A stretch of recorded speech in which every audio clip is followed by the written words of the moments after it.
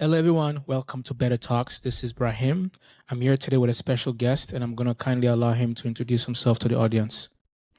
First of all, gratitude first.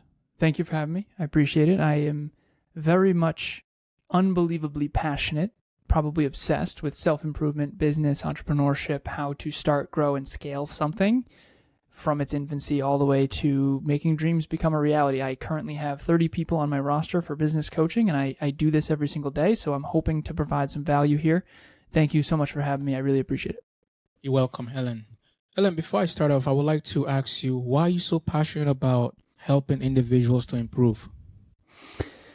So where I grew up, I'll be very brief about this, but ultimately, when I was 2 years old, my father passed away in a car accident when he was 28.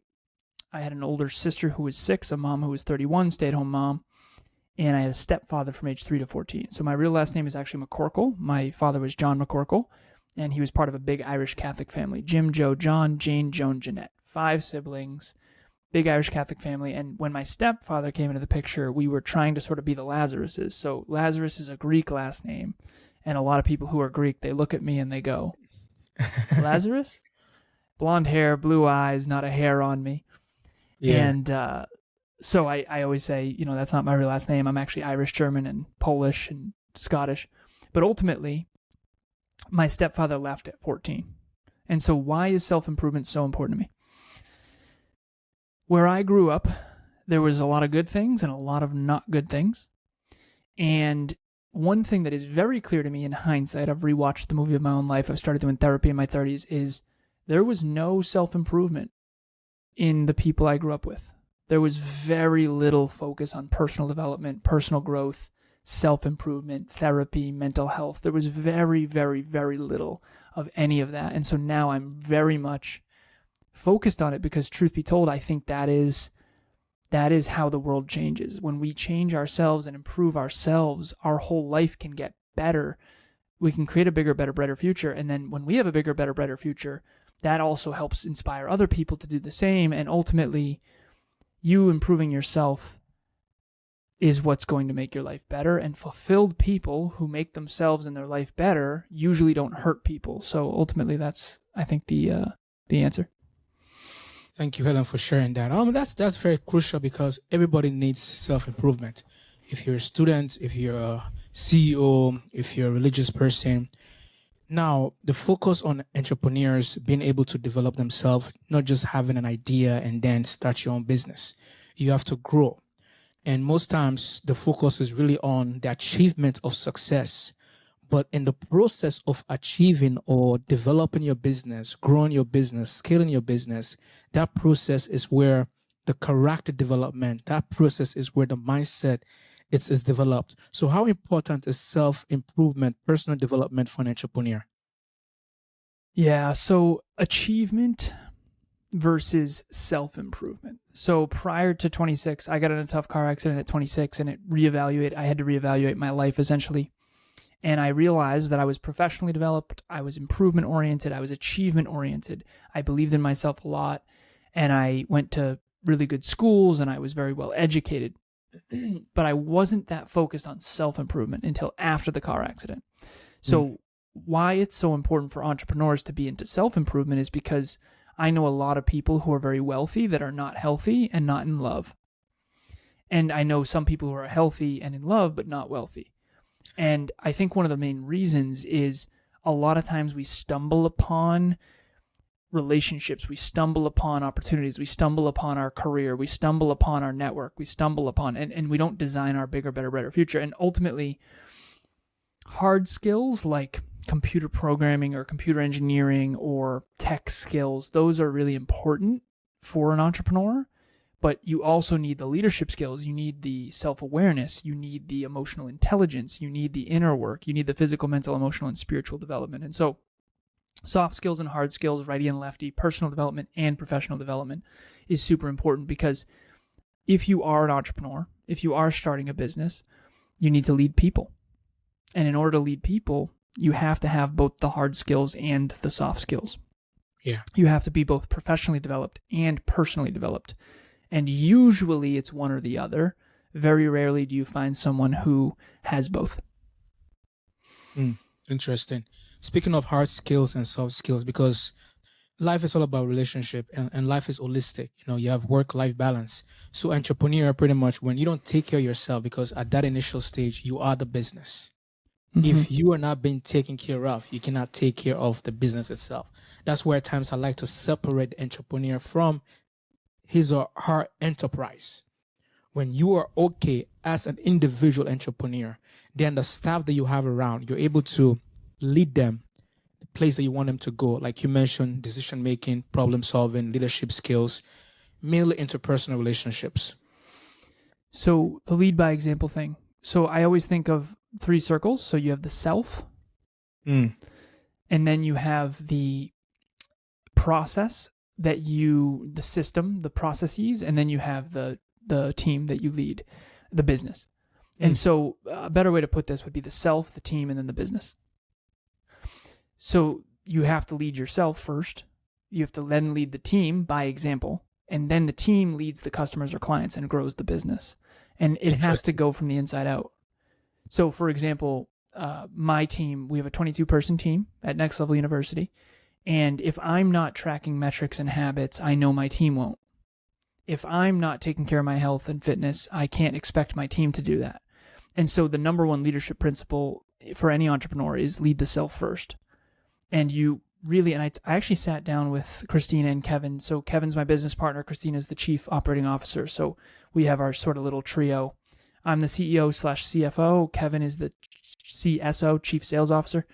And Christina is the chief operations officer. And every other week we have a chief officers meeting to check in on the state of the business. And we have metrics and all kinds of stuff. And I said, we have to stop asking the team to do things that we are not doing. Interesting. We have a little community private Facebook group called Next Level Nation, and we have 740 people in there, and it's super engaged. And we have someone on our team named Amy who is in charge of, she's the director of Next Level Nation. Christina and myself have not been in there. The whole team is engaging in there, commenting in there, part of the community. And Christina and I said, Christina, you and I have to get in there because we have to stop asking the team to do things that we're not willing to do. And Kevin's like, dude, I've been in there every day. So, Kev, you're good. Christina and I, we need to get it together. And underneath that is people will never listen to just what you say. You're not supposed to bark orders at people, but they will watch what you do, and they will follow, for lack of better phrasing, or lead themselves in the direction of that you're going. And so if you are the visionary, if you are climbing this metaphorical mountain that gets higher as you climb it, you have to be the one to go first. You have to get to the next level first.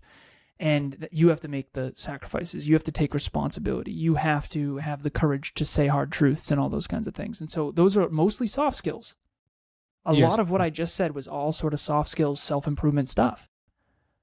And yeah, you also have to know Zoom and Riverside. And yes, you need to know how to do email. And yes, you need to know how to build a website. And yes, you need to know all these other things because you can't delegate what you've never done, at least not effectively. But in tandem with those hard skills, you also have to be able to effectively communicate. You need to be able to empathize. You need to be able to understand what motivates your team, what drives your team, what drives human beings. You need to understand the differences between different types of people, type A versus type B, people with high humility, people that are very driven on their own accord, self-starters, leading leaders, and all this kind of stuff. And so ultimately, individuals, teams, and businesses, you start with you, individual, and then you lead a team outward, and then the team leads the business, and the business leads the clients and the customers. And everyone's life is supposed to be better for it. And then obviously that's where you profit the most, is when the individual entrepreneur is bettering themselves, which betters the team, which betters the business, and the business betters the community and or the clients and customers. So it's supposed to ripple outward. Yeah, go ahead. That's quite a whole bunch of responsibility on the vision PR. You start with yourself. You be an example to your team. I like the fact that you mentioned self-leadership, sometimes referred to as personal leadership. That is why self-improvement is so key for the entrepreneur or for the leader or for the CEO of a company. Because at the end, if you're going to lead the team, which in returns lead the business, and then the business impact the customers, impact the community, all boils down to the foundation. The foundation is very key. And you as the entrepreneur, you are the foundation. Your mind. 100%. Wow, wow, wow. Yeah, Wow. 100%. Yeah, your mind, body, heart, and soul. So physical, mental, emotional, and spiritual development, it Yes. all starts right there. I was Wow. listening to Atomic Habits this morning, and it's probably the 12th time I've read the book because I love it. But I remember thinking to myself, okay, I have back-to-backs all day. I'm leading my team. I'm coaching. I'm training. I'm podcasting. I have back-to-backs. But I need to pour into my mind first. Interesting. I need to be listening and dialing in my habits first. And I've fallen victim to this where I serve thousands of coaching sessions, 30 people on my roster that I coach currently, hundreds of clients over the years, and I serve, and sometimes I stop working on myself. Wow. And if you do that and you serve too much and you don't do your own personal development, that's when everything crumbles. So you always have to. So I have my day is broken down into 3 parts. First third is for me. Second third is for service from 10 a.m. to 6 p.m. And then the third is for fitness, food, and family. And that's how I break it down, 6 days a week. And then Sundays are, I don't want to say off, but home projects, back office stuff. But I've definitely made the mistake of serve without first pouring into myself. And that is a losing game long term. It is so true because you cannot pour out if you have not been poured in, So you have to really invest in yourself because most times we want to invest in processes, we want to invest in buildings, we want to invest in innovation, research and development, we want to invest in people, which is good. But what about you yourself? Why won't you invest in yourself? Invest in your mindset, invest in your spiritual life, invest in your skill sets, soft, hard skills. 100%.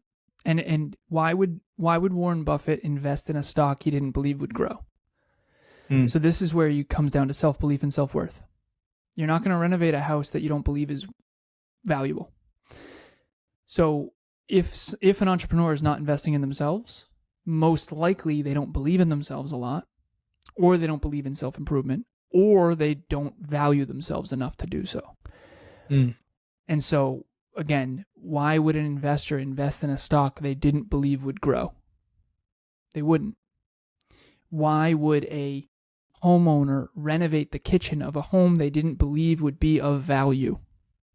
And so I think a lot of us lack self-belief or self-worth and don't know it, so we end up neglecting our own self-improvement and then egoing up and pretending to be something we're not instead of actually getting back to the core of who we are. And I think that that's what a lot of entrepreneurs are guilty of, especially once they're spread thin. In the beginning, it's easy to invest in yourself. It's easy to put the time in and read books. But when you have 30 clients, it's a lot harder to wake up in the morning and do your stretching and your own morning routine first.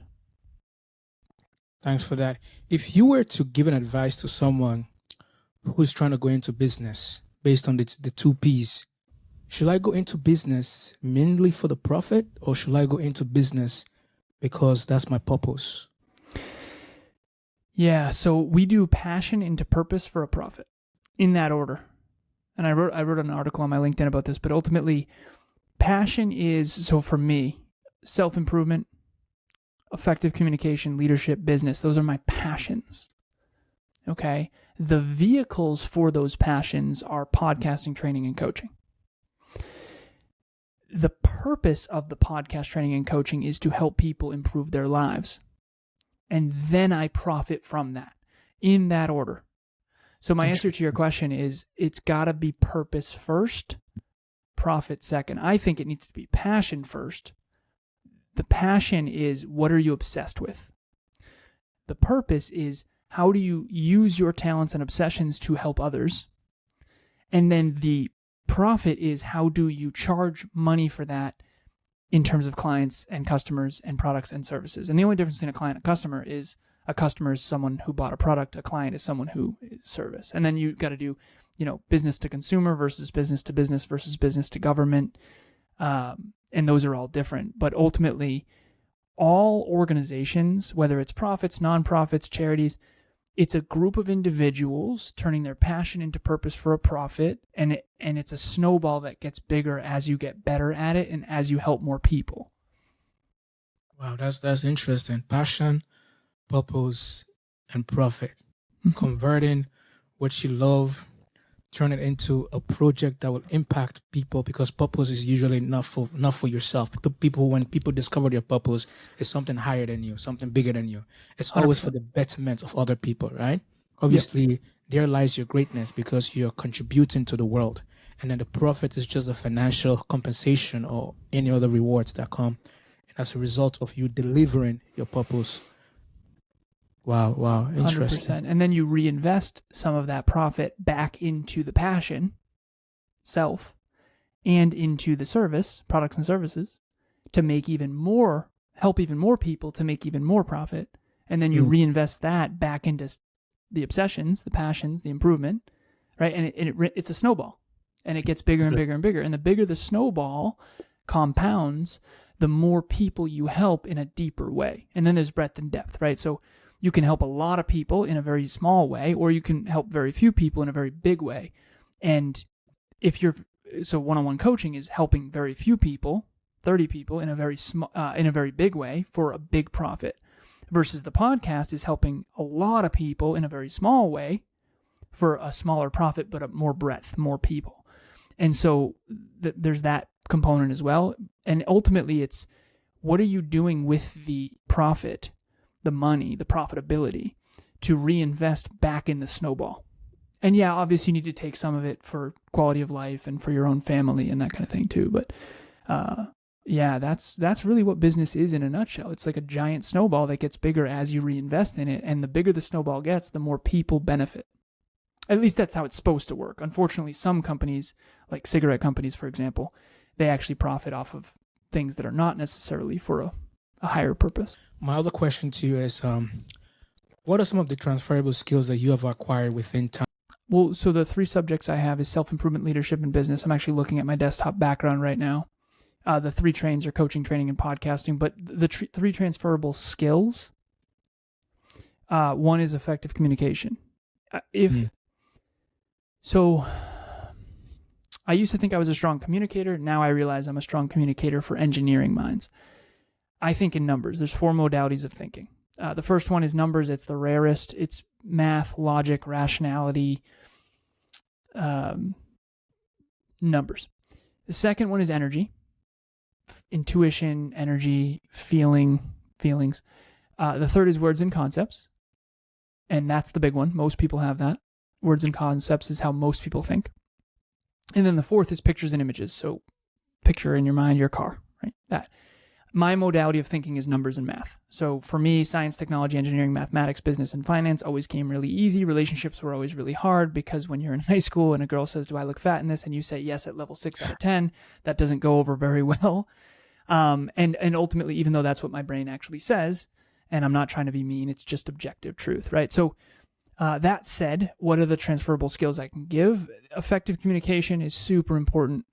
If you can't communicate effectively with other people, you're in some serious trouble. Business is ultimately about 2 things. It's about people. That's one of the big ones. Relationships. Super important. I suck at that. And then number 2 is systems, structure, org structure, processes, metrics, habits, numbers. Like that, I'm really good at. Okay, so design, products, services, metrics, all that, and then people. And you need to be good at both. That's why I have a business partner. He's better with people. I'm better with organization. Nice. And then, so that's business, which would be number 2. And then number 3 would be leadership. And we already talked about that, which is essentially, how do you coach and train and speak into the lives of people where you're leading by example, where they are inspired, motivated, and educated? How do you help people become better? And there's a lot of different vehicles for that. I mean, I coach the team, and then we do team trainings every month, and we have a book club and all kinds of stuff. But ultimately, if you can effectively communicate, if you can lead people and inspire, motivate, and educate, and you can understand org structure, business, systems, and processes, you are a lethal, you are good to go. I mean, if you don't have those 3 checked off, you're probably in trouble in the 21st century. So I would say those are the 3 I would recommend. Thank you so much, Ellen. The last question is, what books would you recommend that have shaped your life? So they're behind me, actually. don't know if you can see them on camera, but there's 5 over here. You can kind of see them. The first one is Rationality by a man named Steven Pinker. And all it is it's a book about objective thinking. I think most people are wildly irrational. I think they are more emotional than they are logical. I would think that since I'm an engineer. And I think most people make terrible decisions, myself included. So rationality is how do you make effective choices on a day-to-day basis. The next is The Compound Effect, which is a book by Darren Hardy. And it's okay, so you've heard of it. Yes, it's ultimately how do the small, seemingly insignificant daily choices compound over time into your goals and dreams. Wow. And understanding the compound effect. So I crunched the numbers once. If you get 3% better per week, 52 weeks a year for a decade, you end up 4.7 million times better. And you can put this in a financial calculator. So, and the reason why I have that calculated is because my weekly coaching clients ask me, like, why weekly? What's the difference between biweekly and weekly? And I showed them the difference. 52 weeks a year times a decade is 520. If you take $1, put it in a financial calculator, and grow it by 3% 520 times, it ends up $4.7 million.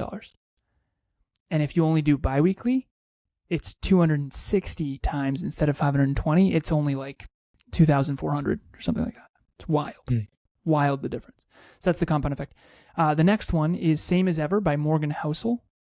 And it's don't design your future based on things that are fleeting. So Clubhouse, whatever. Don't build your business on Clubhouse. Social media will always be around. Clubhouse might not. So build your business with social media in mind, not necessarily just on Clubhouse. That Same as Ever is don't design your future based on things about you that are fleeting. Shiny objects are nonsense. And then number 4 is Essentialism by Gregory McKeon. How do you focus only on the most important things, the things that are 10 out of 10 meaningful to you? Don't major in minor things. And then the last one is The 15 Invaluable Laws of Growth by John Maxwell. Yes, that's my man. Yeah. And so if I could sum this up, how do you be rational and make positive choices consistently over time to ignite the compound effect? How do you focus on personal growth, the 15 Invaluable Laws of Growth, focused only on the essentials with Gregory McKeon, the only on the essentials, and on the things that never change. And to me, that's a very, very, very powerful 5 books. So those are my top 5 books that I recommend to my clients and to everybody. I mean, they're just world-class books. And Atomic Habits was this close to getting in.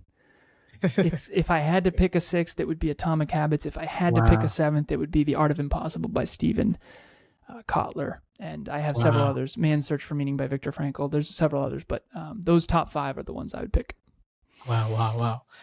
Thank you, Ellen, for sharing your transferable skills and your top books that have shaped your life. Now, my final question is, if the audience are interested in your service, how can they go about contacting you, reaching out to you? So we have a website called nextleveluniverse.com. Everything is on there. We've got a book club. We do monthly meetups. We have our own journal. We've got group coaching program we do every quarter with 10 people. Everything's on there. We have courses, all kinds of stuff.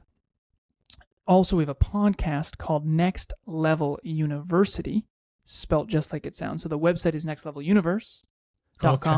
The podcast is Next Level University. Okay. Self-improvement, holistic self-improvement in your pocket every day from anywhere on the planet, completely free. The male role model that Kevin and I never had. My business partner and I both grew up without dads, without fathers, and we're really trying to help people get 1% better per day. Health, wealth, life, and love. And so that's where people can find me, and I appreciate